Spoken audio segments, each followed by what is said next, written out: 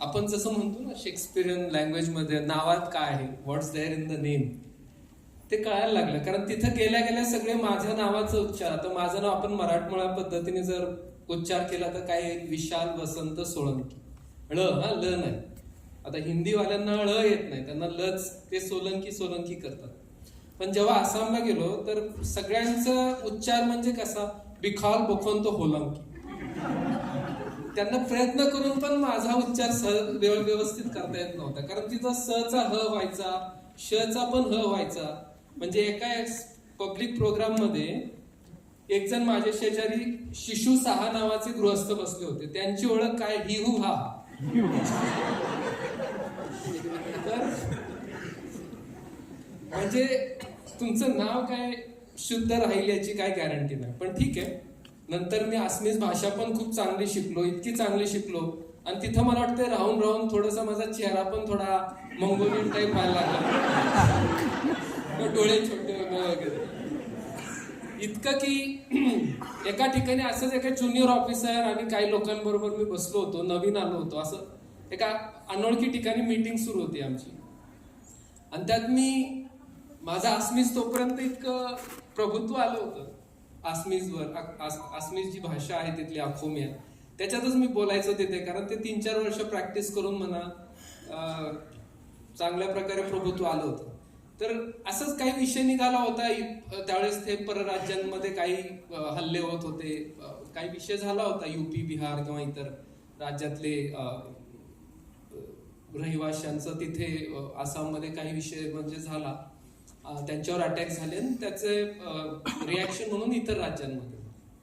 तर इथे माझ्या शेजारी बसलेले 1-2 गृहस्थ ते मला ओळखत नव्हते, मी कोण कुठला काय.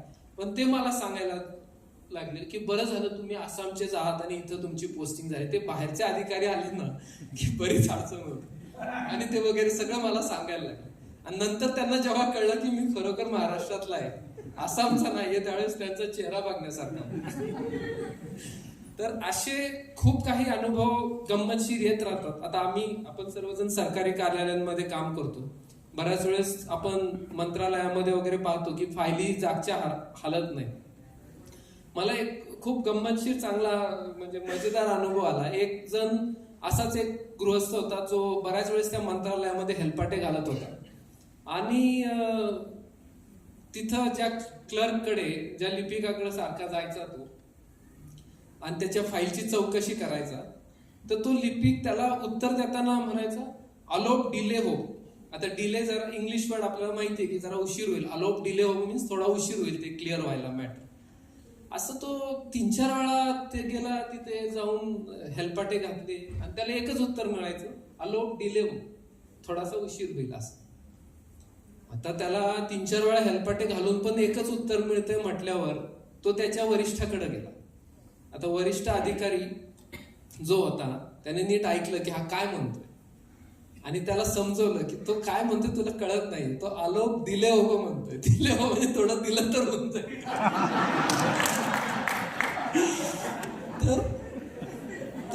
तर अशा प्रकारचे काही म्हणजे मला वाटतं गायकवाड साहेबांचं एक नवीन पुस्तक याच्यावर नक्की होईल की जे विनोदी प्रसंग घडतात. कारण आपल्याकडं सरकारी कार्यालयामध्ये जर आपण आपली दृष्टी उघडी ठेवली आणि व्यक्ती, प्रवृत्ती हे सगळे पाहत राहिलो तर विचारताच होईना एवढे विनोदी प्रसंग आपल्या नजरेस येतात. मला आता बोलता बोलता काय काय आठवत आहे. एकदा मंत्रालयात मी चीफ सेक्रेटरीचा स्टाफ ऑफिसर होतो. तर तिथं नाझीर एक असतो की नाझीर म्हणजे आसाममध्ये आपल्या इथं जसं कोणीही ऍडमिनिस्ट्रेशन ब्रांच मध्ये असतं, लॉजिस्टिक्स अरेंज करतं की समजा एखादी मीटिंग आहे, मीटिंगला चहा पाणी वगैरे अरेंज करायचं, असे काम ते करतात. आणि प्रत्येक मीटिंगला आपण नाही का सगळे ऑर्डर देतो की 20 लोकांचं चहा पाणी करा वगैरे वगैरे. तर तिथल्या आता काही जणांचं इंग्रजी काय एवढं चांगलं नसायचं. सिम्पली खाली ऑर्डर करताना खाली लिहायचे की चला please arrange tea and snacks for 20 persons. आता इंग्रजी चांगलं नसल्यामुळे काय वेळेस काय असायचं, please arrange tea and snacks for 20 persons. म्हणजे एकेका आता थोडस इथं बोलावं का नाही, पण एकेका इंग्रजीवरचं प्रभुत्व नसल्यामुळे इतक्या गमती जमती होतात. एक जण स्नेक म्हणजे कॉन्ट्रॅक्च्युअल साप. महिला आली एका ठिकाणी, स्नेक म्हणजे साप. म्हणजे त्याच्या वरिष्ठांकडे, आणि स्नेक म्हटली म्हणजे नष्ट. की सर गेले 20-25 वर्ष मी काम करते, आता तरी मला प्रेग्नंट करा. तुला म्हणायचं आता तरी मला परमनंट करा. म्हणजे काय गमती जमती तुम्हाला मिळतील ऐकायला, त्याचा काही नियम नाही. तर अशा खूप अनुभव आम्हाला आले. कधी असं लिहिणं झालेलं नाही, पण मला वाटतं लिहिणं झालं तर प्रचंड विनोद, जेवढे विनोद आपल्या सरकारी कार्यालयांमध्ये आपल्याला अनुभवायला मिळतील त्याला मला नाही वाटत की इतर दुसरीकडे कुठं अनुभवायला मिळतील. असो, वेळेची मर्यादा आहे त्यामुळे इथे थांबतो. पुढच्या प्रश्नाकडे आपण जाऊ. आपण आता इतके वर्ष इतर राज्यांमध्ये काम केलं किंवा पाहिलं, एकूण समाज अनुभवला, आपला समाज अनुभवला इथं महाराष्ट्रात मोठे होताना, तुम्हाला काय समाज व्यवस्थेमध्ये किंवा संस्कृतीमध्ये वेगळेपणा पाहायला मिळाला जो आपल्यापेक्षा एक वेगळेपणा तिथे दिसतो? सगळ्यात महत्वाचं म्हणजे आपल्याकडे महाराष्ट्रात 15 ऑगस्ट 1947 पूर्वी ब्रिटिशांचं सरकार होतं. पण ते प्रत्येक ठिकाणी बाकी राज्यात नव्हतं. जसं राजस्थानमध्ये ब्रिटिशांचं सरकार नव्हतं, तिथे होते संस्थानिकांचं सरकार. तिथे प्रिन्सली स्टेट्स होते. म्हणजे काल परवापर्यंत राजस्थानमध्ये 33 जिल्हे होते. 33 जिल्हे ते होते जे 33 राज्य होती आधी. ॲज इट इज 33 जिल्हे होते. प्रिन्सली स्टेट्स असल्याचा हा परिणाम होता की 15 ऑगस्ट पूर्वी, जसं महाराष्ट्रात 15 ऑगस्ट 1947 पूर्वी कलेक्टर SP ब्रिटिश अधिकारी असायचे आणि बाकी सगळे मराठी देशीय लोक असायचे. तिथं राजस्थानमध्ये 15 ऑगस्ट 1947 पूर्वी सुद्धा भारतीय लोकच होते कलेक्टर आणि SP. त्यामुळे ती संस्कृती जी होती, ती संस्कृती ज्या राजसत्ते विरुद्ध जो आक्रोश आहे, जो लढा आहे, तो तिथे नव्हता. त्यामुळे त्या समाजामध्ये लढाऊ प्रवृत्तीच नाही आली, ती आजपर्यंत नाही. कुठलंही आंदोलन होताना राजस्थानमध्ये फार कमी दिसेल तुम्हाला. आणि त्याचा एक परिणाम असा झाला, ती ग्रीव्हन्स रिड्रेसल सिस्टम जी आहे ती अतिशय स्ट्रॉंग होती. की आपलीच लोक आहेत, त्यांचं कल्याण करायचं आपलंच काम आहे. सरकारी त्यांचं, जनता आणि सरकारमध्ये दुरावा नव्हता, त्यांच्यामध्ये दुवा होता. आणि त्याचा एक उदाहरण म्हणून सांगतो की आदरणीय भैरोसिंग शेखावतजी जे उपराष्ट्रपतीपर्यंत गेले, त्यांनी आम्हाला सुरुवातीला जेव्हा आम्ही काडर जॉईन केल्यानंतर एकच गोष्ट सांगितली, देखो बच्चो, राजस्थान में काम के बिना व्यवहार चल सकता है, लेकिन व्यवहार के बिना काम नहीं चल सकता. म्हणजे मतलब बिहेवियर, तुमचं बिहेवियर इम्पॉर्टंट होतं. काम झालं नाही ते चालत, पण जो माणूस तुमच्या कार्यालयात आला आहे त्याला योग्य सन्मान देणं, त्याची पूर्ण सुनावणी करणे, त्याची हे महत्वाचं होतं. ते प्रिन्सली स्टेट्स किंवा संस्थानिकांचे कल्याणकारी राज्य होती. जसं आपलं कोल्हापूर आहे, तसंच तुम्हाला उदाहरण देतो बडोदा संस्थान गुजरातमध्ये जरी असलं तरी अतिशय कल्याणकारी राज्य म्हणून प्रसिद्ध आहे. त्याचं उदाहरण आदरणीय प्रधानमंत्री नरेंद्र मोदीजी सुद्धा देतात. प्रत्येक नवीन IAS IPS अधिकारी जो गुजरातमध्ये जॉईन करतो, जेव्हा ते CM आताच्या PM ला कॉल ऑन करण्यासाठी जातात, त्यांच्या हातात ते गायकवाडी सरकारची सनद देतात. त्यांचं वादनगर जे गाव आहे प्रधानमंत्र्यांचं, ते बडोदा संस्थानच्या अंडरच होतं. गायकवाडी सरकार, जसं आपल्या शिवाजी महाराजांचं आज्ञापत्र आहे, तसं एक गायकवाडी सरकारची सनद आहे. त्यामध्ये सरकारी अधिकाऱ्यांसाठी code of conduct, dos and don'ts, सगळी सनद त्यामध्ये लिहिलेली आहे. आणि तुम्ही जमलं, जे कोण अधिकारी आहेत, जमलं तर ते आवर्जून वाचा की आपले काय दूरदृष्टीचे ते लोक होते. महाराजा सयाजीराव गायकवाड जे होते, त्यांना आपण महाराष्ट्राने जेवढा सन्मान द्यायला पाहिजे तो दिलेला नाही. त्यांचा जर पाहिलं तिथं, ते अक्षरशः शाहू महाराज आणि सयाजीराव गायकवाड अशी लोक होती, म्हणून महाराष्ट्राबाहेर सुद्धा आपल्या मराठी लोकांना तेवढा सन्मान आहे. आणखीन एक तिसरी गोष्ट महत्वाची, जास्त वेळ घेत नाही, मला राजस्थानमध्ये अतिशय सन्मान मिळाला. आणि मला कधी कधी म्हणायचं, Y are they respecting me so much. मग एक दिवशी मी एका सिनियर अधिकाऱ्याला विचारलं की मला अतिशय चांगलं पोस्टिंग्स मिळत आहेत, अतिशय चांगला सन्मान मिळतोय, याचं कारण काय आहे? एका मराठी सिनियर अधिकाऱ्यांनाच विचारलं होते. म्हणजे त्याची 3 कारणं आहेत. 3 कारणं अशी आहेत, एक तर तू महाराष्ट्राचा आहे आणि त्या महाराष्ट्राचा आहे ज्या महाराष्ट्राने या देशाला छत्रपती शिवाजी महाराज दिले, ज्या महाराष्ट्राने या देशाला डॉक्टर बाबासाहेब आंबेडकर दिले, आणि ज्या महाराष्ट्राने या देशाला महात्मा फुले दिले. तेलंगणामध्ये मी इलेक्शन ऑब्झर्वर गेलो तर प्रत्येक गावागावात 3 पुतळे होते, प्रत्येक गावागावात 3 पुतळे होते.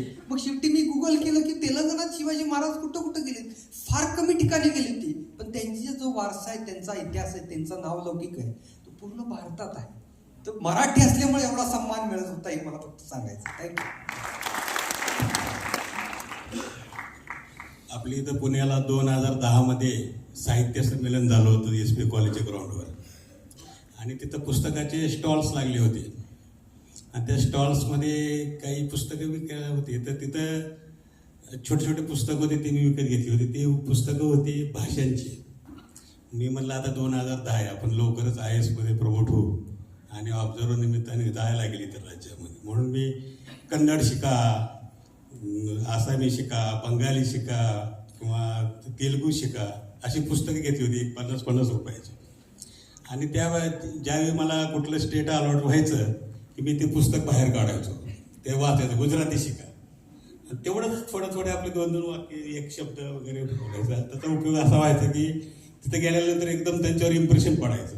केम छे म्हणले की त्यांना अरे आपल्यातनंच वाटायचं. आणि आमार ना आमारून असं बंगालीमध्ये म्हणायचं, धन्यवाद असं. तर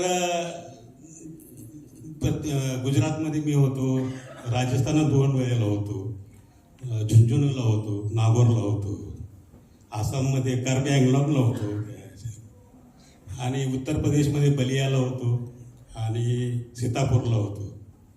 तर ह्या गेल्यानंतर आम्ही तिथं फिरलेलो आहे. आसाममध्ये गेलो त्यावेळी तिथं बिहू चालू होता.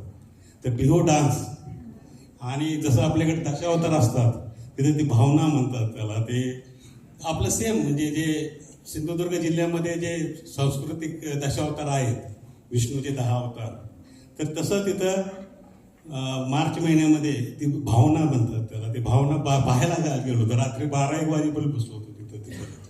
तर अशी कल्पना सगळीकडे सारख्याच आहेत, शब्द वेगवेगळे. आसाममध्ये मी माजुलीला गेलो होतो, जे बेट ब्रह्मपुत्रा नदीमध्ये सर्वात मोठं आयलंड आहे, ते तालुका आहे, ते सर्वांना सोडूनवाल्यांचा मतदारसंघ आहे. तिथं जाऊन राहिलो मी 1 दिवस. तर तिथं ती पाहिलं की तिथलं लोकांची कला, संस्कृती, खाद्य संस्कृती, साहित्य संस्कृती ही वेगवेगळी जरी असली तर त्याचं गाभा मात्र सगळ्यांचं एकच आहे की माणूस, निसर्ग, प्रेम आणि दुःख ह्या ज्या सगळ्या भावना आहेत त्या सगळ्या भारतात कॉमन आहेत. राजस्थानमध्ये मी झुंझुनूला असताना तिथं रामकृष्ण मिशनचं मोठं कार्यालय आहे खेत्रीला. तिथं 13 डिसेंबरला विवेकानंद ज्यावेळेस अमेरिकेहून आले होते त्यांचं स्वागत केलं होतं तिथल्या राजाने, खेत्रीच्या राजाने, अजित सिंग. त्याचा तो एक दिवस साजरा करतात. मला त्यांनी बोलवलं होतं, ती काउंटिंग संपली, मी 1 दिवस जास्त राहिलो होतो. तर खेत्रीच्या राजाने त्यांना विवेकानंद हे नाव दिलेलं होतं, आणि भगवे वस्त्र त्यांनी घातले. नरेंद्रचं विवेकानंद हे खेत्रीच्या राजाने केलेलं आहे. तिथल्या त्या स्पॉटला गेलो, तिथं ते एक तिथे कथा आहे, म्हणजे विवेकानंदांचं असं वरती राहायचं एक ठिकाण होतं, आणि ते राजा त्यांचे मित्र होते. ते म्हणले की अरे एक नर्तकी आली, खूप छान गाते म्हणले, तर आपण या पाहायला कार्यक्रम. ते म्हणले मी काही येणार नाही म्हणले, मी आहे संन्यासी, मला हे नाच गाणे सगळं वर्ज्य आहे.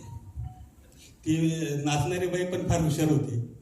तिनं एक सूरदासाचं गाणं घेतलं होतं की स्त्री पुरुष हा काय भेदभाव तुझ्या नजरेतच, आणि ते गाणं तिनं आवडलं.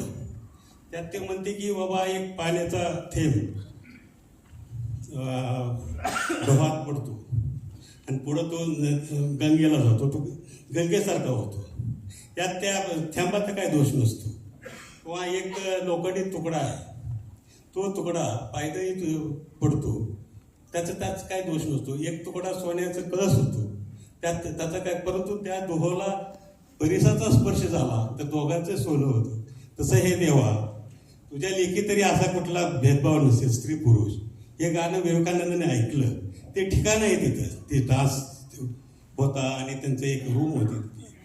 विवेकानंद स्वतःला विचार करायला लागले की मी हेच तर सांगायला बाहेर पडतो आणि मीच ही भेदभाव मानतो. ते खाली आले आणि त्या स्त्रीच्या पाया पडले. हे म्हणले तू मला समदर्शी केलंस आज. हे ठिकाण मी ते पाहून आलो. म्हणजे असे पाहण्याचे बरेच होतात. म्हणजे ह्याच्यामध्ये कला आहे, संस्कृती आहे, सगळंच आहे ह्याच्यामध्ये. आणि विवेकानंदांच्या जीवनातली ही कथा आहे.